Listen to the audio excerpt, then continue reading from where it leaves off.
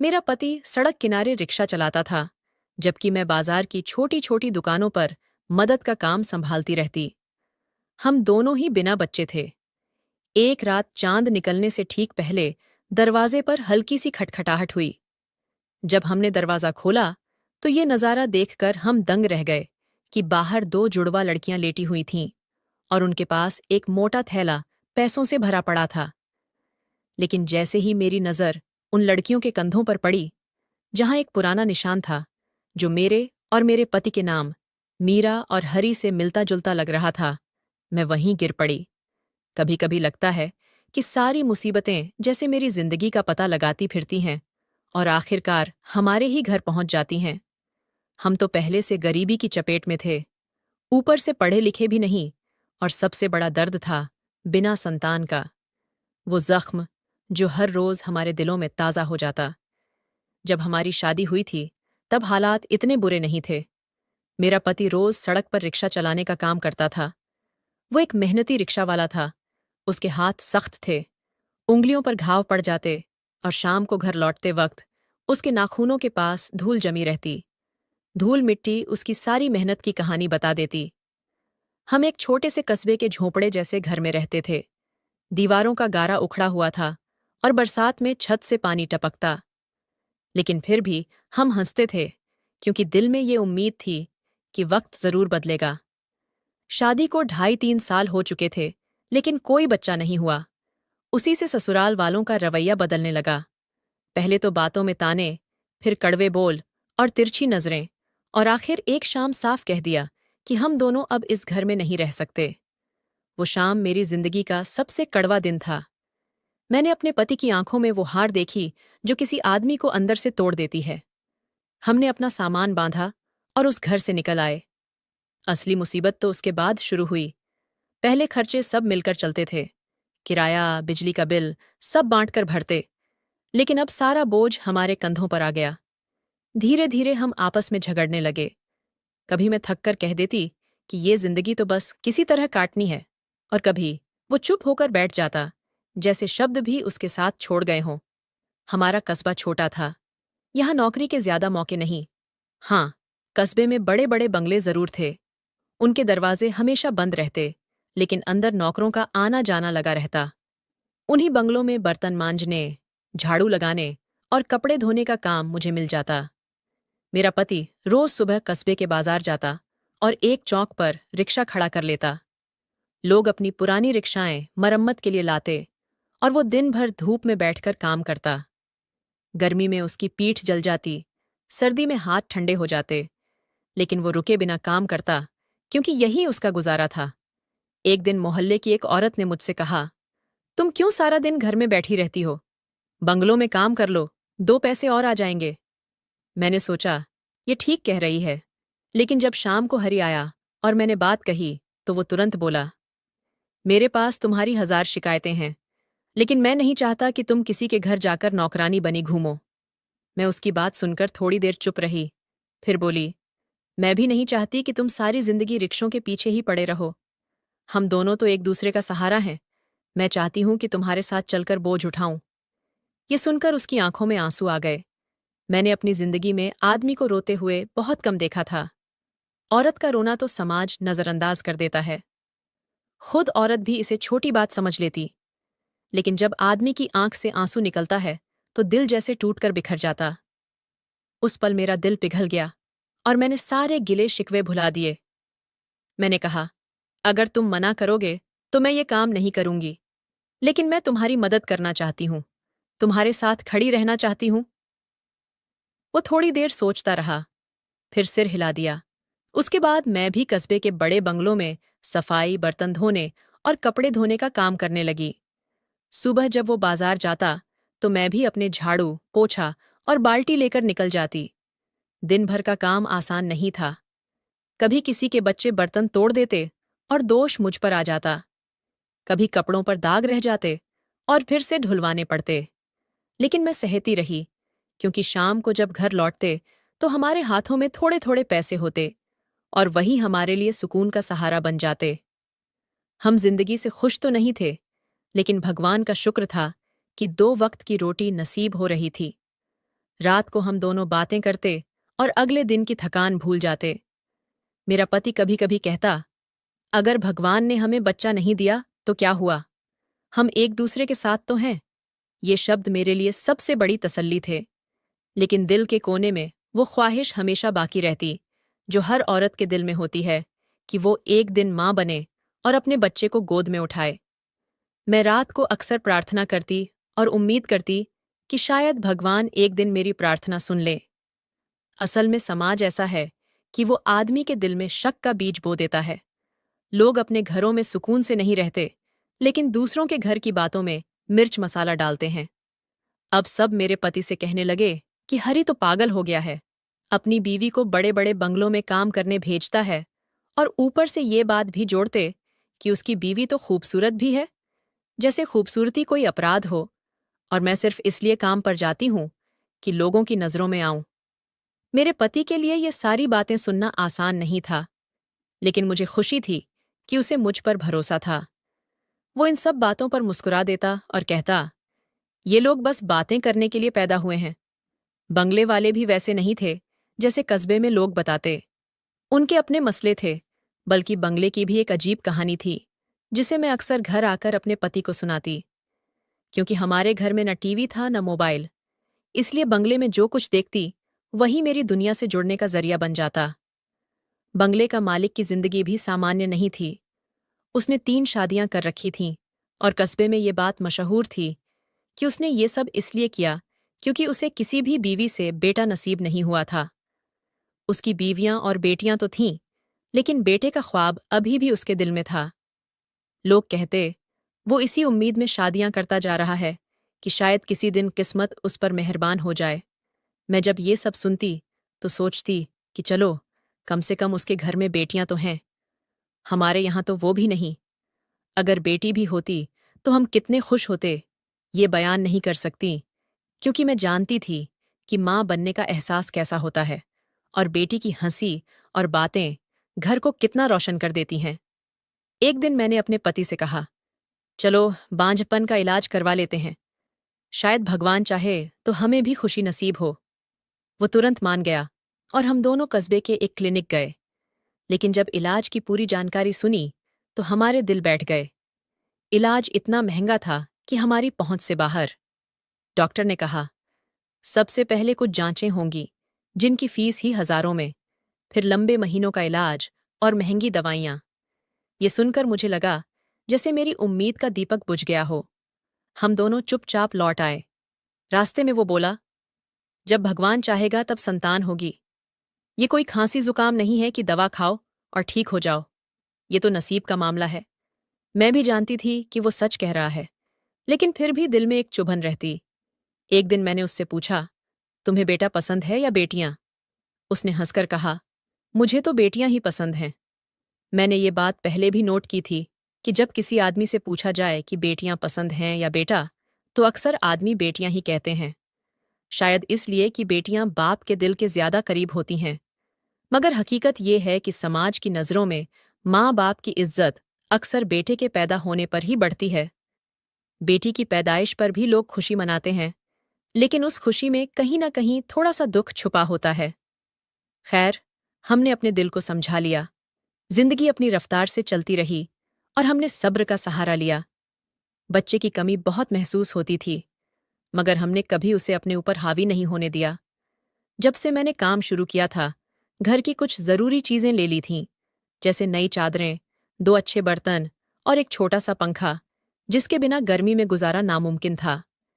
ये सब मेरी मेहनत से आई छोटी छोटी खुशियां मेरे लिए बड़ी कीमती थीं। जब शाम को मैं काम से लौट कर आती और इन चीजों को देखती, तो दिल में ये एहसास होता कि मैं भी अपने घर के लिए कुछ कर रही हूं, और यही मेरे लिए गर्व का कारण बन जाता। हमारी एक अच्छी आदत थी कि हम दोनों हर वक्त पूजा पाठ करते थे। सुबह मेरा पति मंदिर चला जाता और मैं घर पर ही पूजा करती। उस रोज भी सुबह का वक्त था। भजन की आवाज आ रही थी। मैं जाग चुकी थी, लेकिन आंखें खोलने में तकलीफ हो रही थी, क्योंकि बंगलों में काम करना आसान नहीं होता। पूरा शरीर दर्द करता था। तभी अचानक दरवाजे पर बहुत जोर से दस्तक हुई, जैसे पुलिस वाले दरवाजा बजाते हैं। हम दोनों हैरान रह गए। दस्तक बस एक बार हुई थी। मैंने सोचा, शायद कोई शरारत कर रहा हो या पड़ोस के बच्चे की शैतानी हो, मगर जब खिड़की से बाहर देखा तो रास्ता बिल्कुल खाली था। मैं धीरे धीरे कपड़े ओढ़कर दरवाजे की ओर बढ़ी।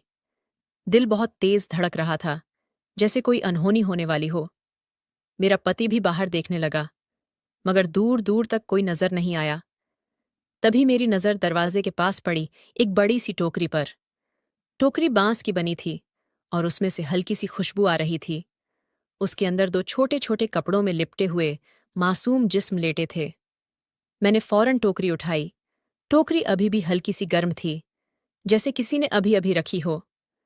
जब मैंने कपड़ा हटाया तो दिल दहल गया।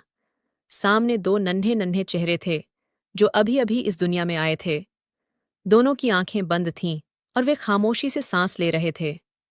दोनों इतने करीब लेटे थे, जैसे दुनिया में आने से पहले ही एक दूसरे का सहारा बनना चाहते हों। मैंने हाथ बढ़ाकर एक बच्ची को उठाया।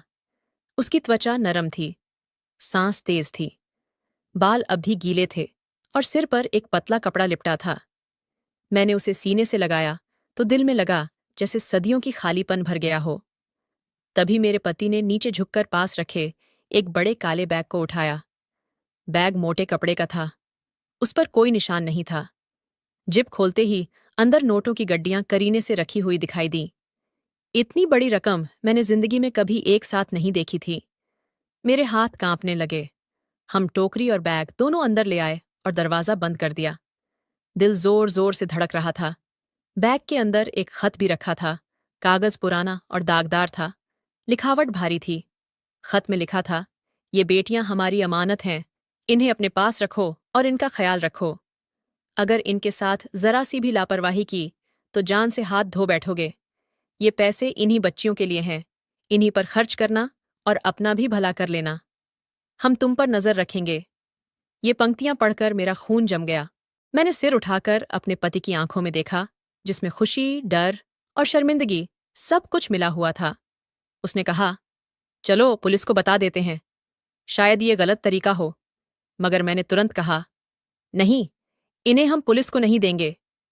मैंने बच्चियों को कसकर सीने से लगाया और उनके नाजुक सिर सहलाए। घर भले छोटा था, लेकिन उस वक्त दिल ने महसूस किया कि जैसे ईश्वर ने हमें सबसे बड़ी नेमत दे दी हो। बच्चियों की नन्ही सांसें तेज थीं, उनकी आंखों के किनारे झुर्रियां सी पड़ गई थीं और उंगलियों में हल्की सी हलचल थी। उन्हें देखकर हर माँ का दिल पिघल सकता था। मैंने उनके मुंह को साफ किया और उन्हें सीने से लगा लिया। वे मेरी गोद में आकर सुकून से सो गईं। मेरा पति अभी भी पैसों की गड्डियों को देख रहा था और शक में डूबा था। उसे डर था कि कहीं ये लालच या कोई धोखा न हो। उसने कहा, किसी ने ये सब छोड़कर हमें आजमाने की कोशिश की होगी, या फिर ये कोई राजनीतिक चाल हो सकती है। मैंने उसकी आंखों में देखते हुए कहा, जब ये मासूम हमें दरवाजे पर मिले थे, उस हाल में क्या हम इन्हें वापस कर सकते हैं? क्या हम उन्हें बाहर अकेला खड़ा करके जा सकते हैं? क्या हम उन्हें किसी और के हवाले कर देंगे? मेरे भीतर माँ का जज्बा जाग उठा और मैंने कहा, ये बच्चियां अब हमारे घर की होंगी। हम इन्हें किसी को बताए बिना नहीं देंगे। मैंने उनके छोटे छोटे हाथ अपने हाथों में लिए। उनकी उंगलियां इतनी नाजुक थीं कि दिल चिंता से भर गया। मैंने सोचा कि अब तक की हमारी जिंदगी तो मुश्किलों भरी रही है, मगर इनके आने से एक नई रोशनी आ गई है। ये पैसे शायद हमारी किस्मत बदल दें, मगर इनके साथ खतरा भी है। उस खत के शब्दों में छुपी धमकी हमें बेचैन कर रही थी। मैंने अपने पति की आंखों में देखा तो वो बोला, अगर ये लोग वापस मांगने आए या फिर ये बड़ा मामला निकला तो हमें खुद को बचाना होगा। उसने मेरे कंधे पर हाथ रखा और बच्चों के सिर पर हल्के से हाथ फेरा। मैंने बच्चों के कपड़े गौर से देखे और वो साफ सुथरे थे। कहीं कोई खून का दाग नहीं था। लगता था इन्हें किसी ने सोच समझकर यहां छोड़ा है, न कि लाश की तरह फेंका है। मेरे पेट के अंदर कसक सी उठी।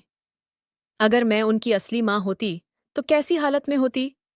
मैंने सोचा, जिन लोगों ने ये बेटियां छोड़ी होंगी, उनके दिल पर गम का कितना बड़ा तूफान टूटा होगा। कौन हैं वो लोग जो बिना डर के ऐसी बातें करते हैं और दूसरों को धमकाते हैं? मैंने मन ही मन सोचा, क्या हमने नेक काम किया है या अपने आप को खतरे में डाल दिया है? वो रात हमने बच्चों के लिए गर्म कपड़े निकाले, साफ किए और उनके लिए गर्म दूध का इंतजाम किया। उनकी हल्की रोने की आवाजें सुनकर मैं उन्हें सीने से लगा लेती और अपनी थकी रूह को संभाल लेती। मुझे महसूस हुआ कि अब मेरी जिंदगी का रंग बदल गया है। अब मेरी हर सुबह और हर रात इन बच्चों के लिए होगी। हमने दरवाजे के ताले मजबूत कर दिए और घर में उनके लिए छोटी सी जगह बना दी। मैंने अपने पति से कहा, हम इनके लिए सबसे अच्छा करेंगे, चाहे दुनिया कुछ भी कहे। हम इनके माँ बाप तो नहीं हैं, मगर रखवाले जरूर बनेंगे। मैंने अपने दिल में कसम खाई कि इनके आंसू मेरे हाथों पर नहीं गिरेंगे और मैं इन्हें कभी अकेला नहीं छोड़ूंगी। मैंने उनके गालों को चूमकर उनके मासूम फुसफुसाहटों में अपनी प्रार्थना मिलाई। उसी सुबह मैंने तय कर लिया कि अब मैं बंगले नहीं जाऊंगी और बच्चों को ही संभालूंगी। ये सुनकर मेरा पति हैरान हुआ, मगर जल्द ही मान गया। वो सोफे पर बैठा, हाथ में चाय का प्याला लिए सोच में डूबा बोला, तुम औरतें बहुत भावुक होती हो, जरा जरा सी बात पर जज्बात में आ जाती हो। तुमने ये काम अचानक क्यों छोड़ने का सोचा? मैंने कहा, जब पैसे हमारे पास आ गए हैं तो अब इतनी मेहनत करने की जरूरत नहीं है, और फिर ये कस्बा हमारे लिए नया है। यहां हमें कौन जानता है, न हमें किसी को जवाब देना है, न कोई पूछने वाला है। इसलिए बेहतर है कि मैं बच्चों को समय दूं। उसने चाय का घूंट लिया और मेरी तरफ देखकर बोला, लेकिन बंगले वाले तो हैं ना, वो तुम्हें बुलवाने आ जाएंगे। फिर कहेंगे, काम पर क्यों नहीं आ रही हो? तुम खुद ही कहती थी कि वो लोग तुम्हारा काम पसंद करते हैं, तुम्हारी तारीफ करते हैं। मैंने मुस्कुराकर कहा, इसीलिए तो मैंने बहाना सोचा है। मैं सीधे उनके पास जाऊंगी और कह दूंगी कि मेरी बहन की जुड़वा बेटियां पैदा हुई हैं और वो इस दुनिया से चली गई हैं। अब ये बच्चियां मेरे पास हैं और मुझे इन्हें संभालना है। ये सुनकर वो हंस पड़ा और बोला, तुम्हारे अंदर तो बड़ा दिमाग है। मैंने भी हंसकर कहा, दिमाग के बिना गुजारा थोड़ी होता है। अगले दिन मैंने अपने कपड़े बदले, एक सादा सा दुपट्टा ओढ़ा और बंगले की तरफ चल पड़ी। रास्ते में मेरा दिल जोर जोर से धड़क रहा था, लेकिन मैंने खुद को मजबूत रखा। बंगले पहुंची तो मालकिन आंगन में खड़ी किसी नौकर से बात कर रही थी। मैंने नमस्ते किया तो वो मेरी तरफ देखने लगी। मैंने धीरे धीरे अपनी कहानी सुनानी शुरू की। मालकिन जी, मेरी बहन की जुड़वा बेटियां पैदा हुई हैं, मगर वो बेचारी इस दुनिया से चली गई। अब उन बच्चियों को मैंने संभालना है, इसलिए मैं कुछ दिनों तक काम पर नहीं आ सकूंगी। वो मेरी बात सुनती रही। उनकी नजरें जैसे मेरे चेहरे पर टिकी हुई थीं। 2 मिनट चुपचाप खड़ी रहीं, फिर बोली, ठीक है, अगर पैसों की जरूरत हो तो मुझे बता देना। मैंने कहा, नहीं मालकिन जी, आपका बहुत शुक्रिया, बस ये कुछ दिन मुझे घर रहना होगा। वो हल्की सी मुस्कुराई और चली गई। घर वापस आई तो मेरा पति काम पर जाने के लिए तैयार बैठा था। उसने पूछा, क्या हुआ? मैंने कहा, सब ठीक है। उन्होंने फौरन मान लिया, अब हमें कोई परेशानी नहीं होगी। वो संतुष्ट नजर आया और अपने जूते पहनकर काम पर चला गया। उस दिन से मेरा जीवन बदल गया। सुबह उठती तो सबसे पहले बच्चों का दूध बनाती, फिर उनके कपड़े बदलती, उन्हें साफ करती, उनके लिए छोटे छोटे कपड़े खरीदती, एक नरम सा कंबल भी लिया ताकि रात को ठंड न लगे। ये सब पैसों की वजह से मुमकिन हो रहा था, वरना इतने महंगे कस्बे में जुड़वा बच्चों का खर्च उठाना आसान नहीं था। मैंने सोचा, ये पैसे इतने हैं जैसे कभी खत्म ही नहीं होंगे। हर दिन बच्चों के साथ गुजरता, उनके नन्हे हाथ मेरी उंगलियां पकड़ लेते तो दिल खुश हो जाता। उनके रोने, हंसने और सोने के अंदाज मेरे दिल को सुकून देते। कभी कभी मैं बैठकर सोचती कि अगर मैंने ये फैसला न किया होता तो शायद मैं इन लम्हों से महरूम रह जाती। अब ये बच्चे मेरे अपने हो गए थे और मेरा दिल उनके बिना अधूरा लगता था। उनका आना मेरे घर में एक नई रोशनी ले आया था और मुझे लगता था कि मेरी जिंदगी का असली मकसद यही है, उन्हें संभालना और उनका भविष्य बेहतर बनाना। कहते हैं, अगर घर में बकरी का एक छोटा बच्चा भी आ जाए तो उससे भी अपनापन पैदा हो जाता है। उसकी आदतें और मासूमियत इंसान के दिल में घर कर लेती हैं। तो फिर ये तो इंसान के बच्चे थे, और वो भी दो नन्ही नन्ही बेटियां। उनके गाल रुई की तरह मुलायम थे, आंखें बड़ी बड़ी और चमकती हुईं जैसे आसमान पर तारे चमक रहे हों, और हाथ इतने छोटे कि मेरी हथेलियों में भी छुप जाते थे। जब मैंने उनकी सेवा शुरू की तो दिल अपने आप उनसे जुड़ने लगा और वो हमारे लिए अजनबी भी न रहे।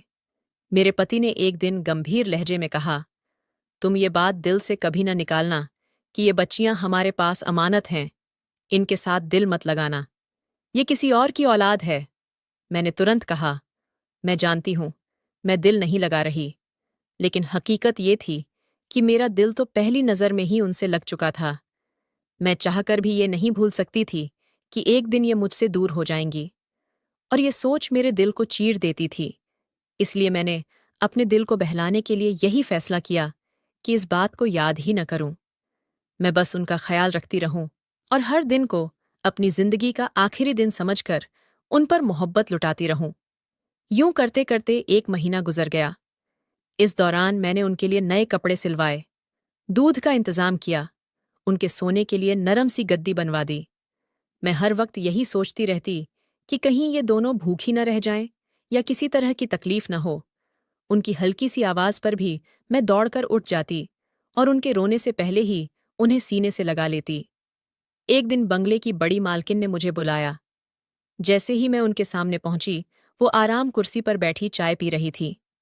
उन्होंने मुस्कुराकर कहा, तुम कह रही थी ना, तुम्हारी बहन की बेटियां हैं, मुझे दिखाओगी नहीं? कैसी हैं वो? ये सुनकर मैं हैरान रह गई। मुझे लगा था कि वो बस सुनकर भूल गई होंगी, मगर जब मैंने देखा कि वो हमारे घर के मामलों में दिलचस्पी ले रही है, और वो भी बड़ी मोहब्बत से, तो दिल में एक अजीब सा एहसास हुआ। मैंने कहा, जरूर मालकिन जी, आप चाहें तो मैं किसी दिन बच्चियों को बंगले ले आऊं। तो वो तुरंत बोली, नहीं, बंगले मत लेकर आना, मैं खुद ही आ जाऊंगी। मैंने कहा, जी ठीक है, आप जब चाहें आ जाइए। उन्होंने सोचकर एक खास दिन बता दिया और कहा कि वो दोपहर को आएंगी।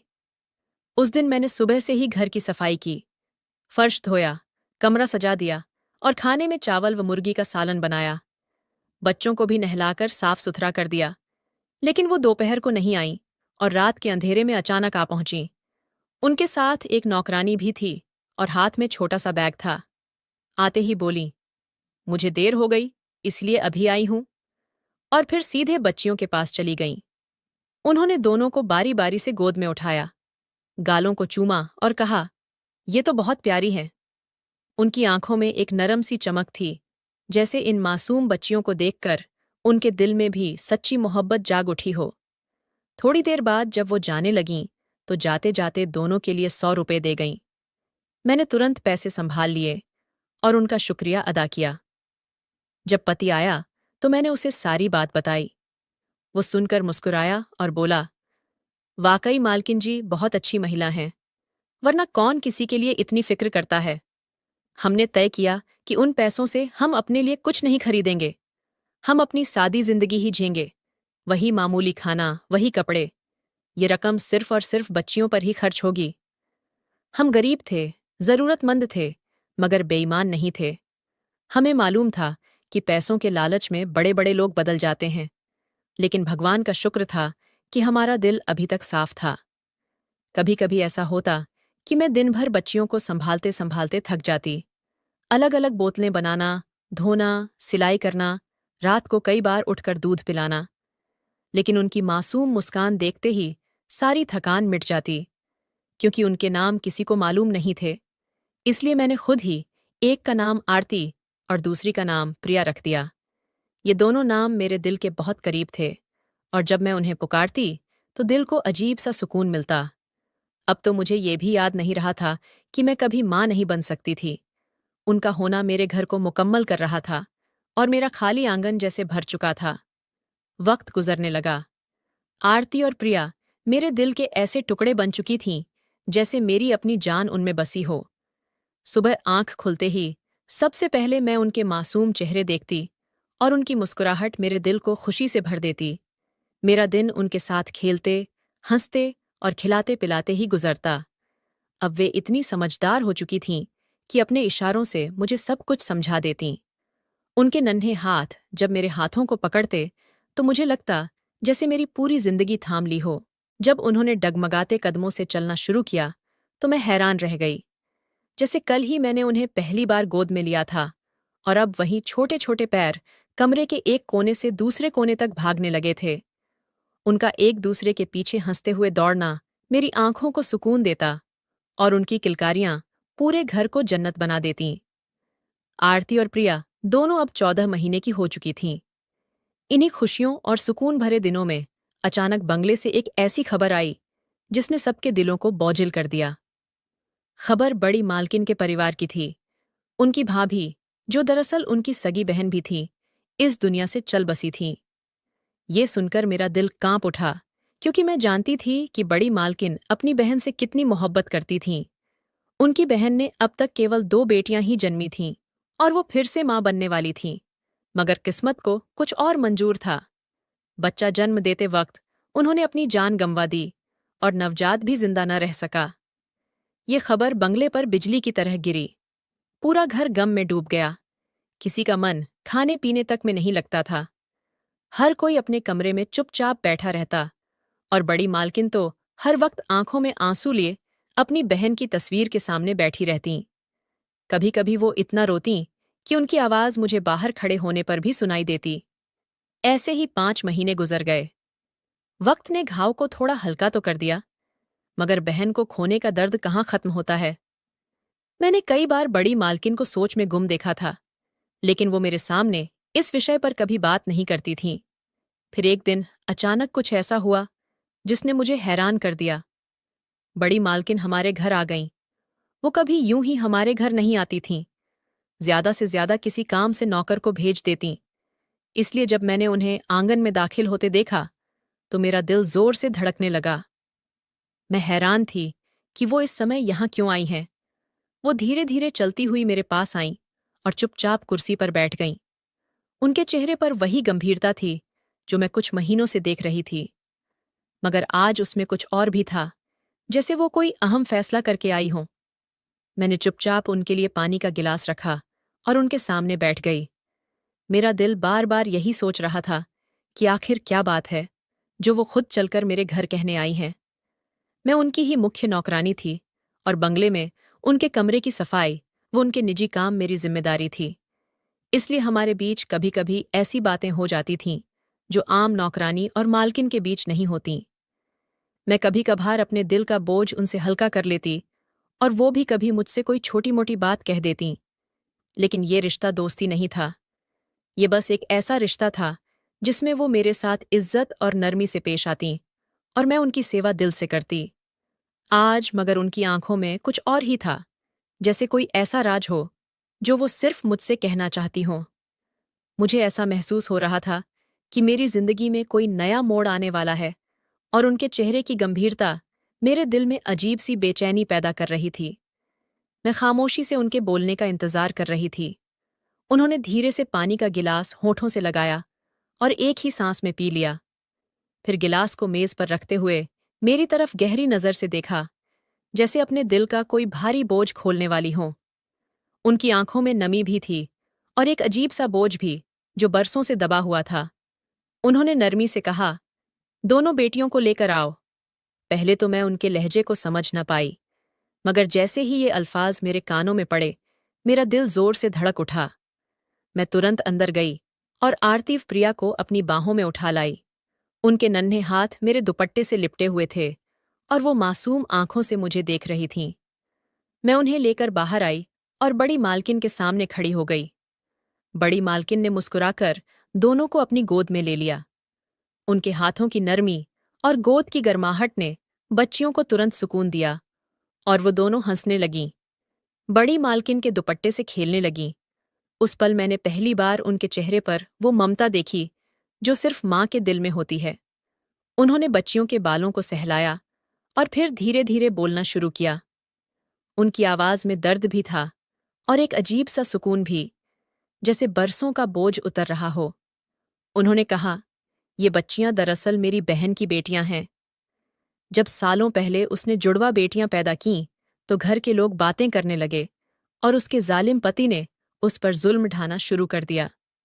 अगले ही साल किस्मत ने उसे फिर जुड़वा बेटियां दीं और ये दोनों वही हैं जिन्हें तुमने अपनी संतान की तरह पाला है। लेकिन उसका पति इतना निर्दयी था कि उसने हुक्म दिया कि इन दोनों को कहीं फेंक दो।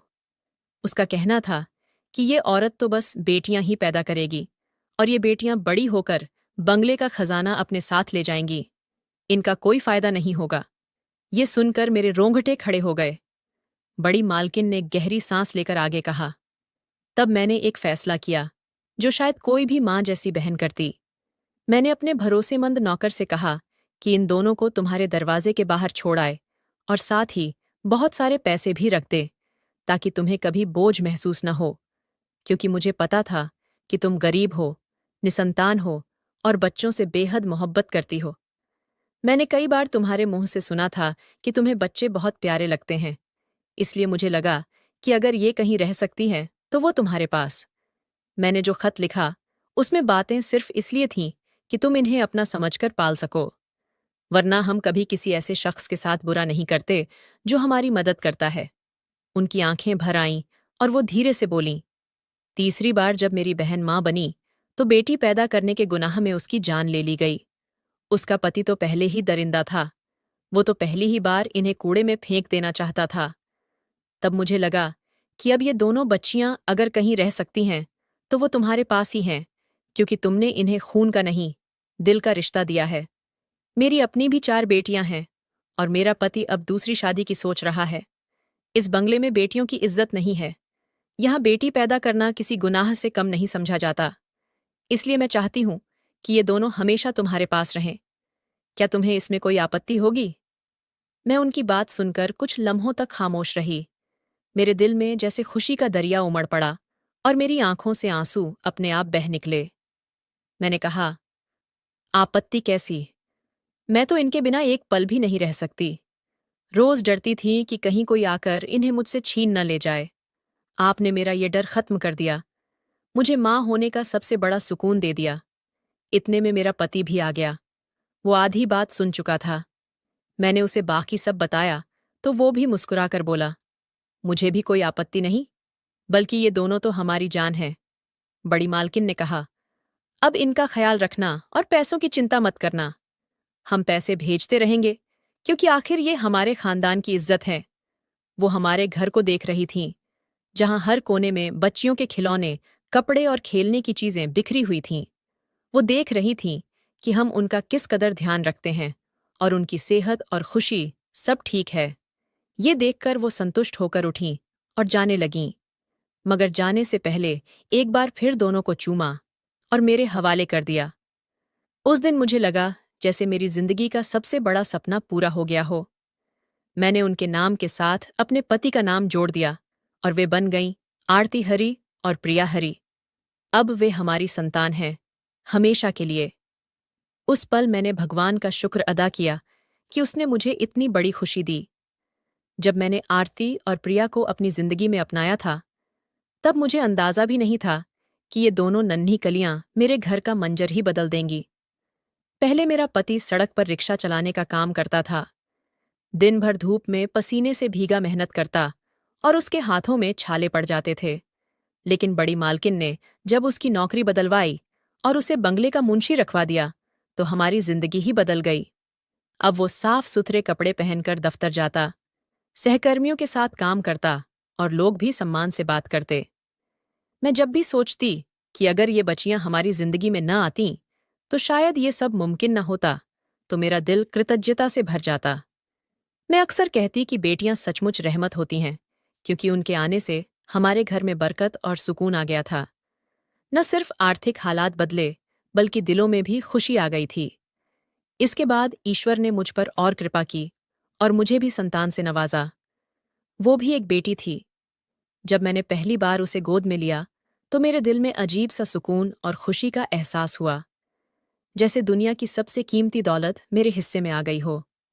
मैं अपनी तीनों बेटियों से बेहद प्यार करती और उनके लिए हर संभव सुविधा जुटाने की कोशिश करती। मैं अक्सर आरती और प्रिया को बंगले ले जाती, ताकि वे मालकिन से मिल सकें। मालकिन उन पर बहुत प्यार लुटातीं और खिलौने, कपड़े व मिठाइयाँ भेजतीं। एक दिन बंगले में मैंने उनके असली पिता को भी देखा, जो चेहरे से ही बदनसीब लग रहा था। उसकी आंखों में अहंकार और लापरवाही साफ झलक रही थी। उसने दूसरी शादी कर ली थी, लेकिन अब तक उसे दूसरी पत्नी से भी संतान नहीं हुई थी। मैं मन ही मन सोचती कि संतान तो ईश्वर का वरदान है, और ये वरदान वो जिसे चाहे दे और जिसे चाहे रोक ले। उनकी माँ को मैं पहले से जानती थी। वो बहुत अच्छी और नेक औरत थी। बेचारी हर वक्त परेशान रहती। उनकी जिंदगी में सुकून कम और मुश्किलें ज्यादा थीं, लेकिन अब वो इस दुनिया में नहीं रहीं। जब ये खबर मिली तो मेरा दिल कई दिन तक भारी रहा। मैंने खुद से वादा किया कि आरती और प्रिया को कभी मां की कमी महसूस नहीं होने दूंगी। मैं उन्हें अपने बच्चों की तरह पालूंगी, चाहे कुछ भी हो। धीरे धीरे उनकी मासूम हंसी और शरारतों ने हमारे घर को जन्नत बना दिया। अब हमने उन्हें अच्छे स्कूल में दाखिल करा दिया है। दोनों पढ़ती हैं और बहुत होशियार हैं। सुबह स्कूल जाती हैं, शाम को पढ़ाई करती और फिर खेलती। मैं अक्सर उनके काम में मदद करती और हर उपलब्धि पर शाबाशी देती। उनके ख्वाब भी बड़े हैं। एक डॉक्टर बनना चाहती है और दूसरी अध्यापिका। उनकी आंखों में चमकते सपनों को देखकर मेरा दिल प्रार्थनाओं से भर जाता है कि ईश्वर उन्हें कामयाबी दे और जिंदगी में हमेशा खुश रखे। सबसे बढ़कर ये कि उन्होंने मुझे सिखाया कि रिश्ते खून से नहीं, दिल से बनते हैं। मैंने उन दोनों में अपनी बेटी जैसी मासूमियत और मोहब्बत देखी है, और वे भी मुझे माँ कहकर पुकारती हैं। शायद यही रिश्ते की असली ताकत है। इंसान को हमेशा दूसरों की मदद करनी चाहिए, और खासकर अनाथ या बेसहारा बच्चों का सहारा बनना चाहिए, क्योंकि ईश्वर ऐसे कामों में बरकत डाल देता है। बेटियां भगवान की नेमत होती हैं, और उनकी परवरिश प्यार और सम्मान से करनी चाहिए, क्योंकि यही प्यार जीवन को खुशियों से भर देता है। मेरी तीसरी बेटी का नाम सिया है। आरती और प्रिया उसका बहुत ध्यान रखती हैं। अगर आपको आखिर में ये लग रहा हो कि मैं एक अच्छी इंसान हूं जिसने किसी और के बच्चों को दिल से अपनाया, तो ये आपकी भूल है, क्योंकि अच्छी इंसान मैं नहीं, मेरा पति है। उसने ही मुझे ये सब करने की अनुमति दी और इन बच्चियों को अपनी संतान माना। अगर मेरा पति मेरे खिलाफ होता और कहता कि किसी और के बच्चों को नहीं पालना, तो मैं कुछ नहीं कर पाती। समाज को आगे बढ़ाने के लिए केवल अच्छी औरतों की नहीं, बल्कि अच्छे मर्दों की जरूरत होती है।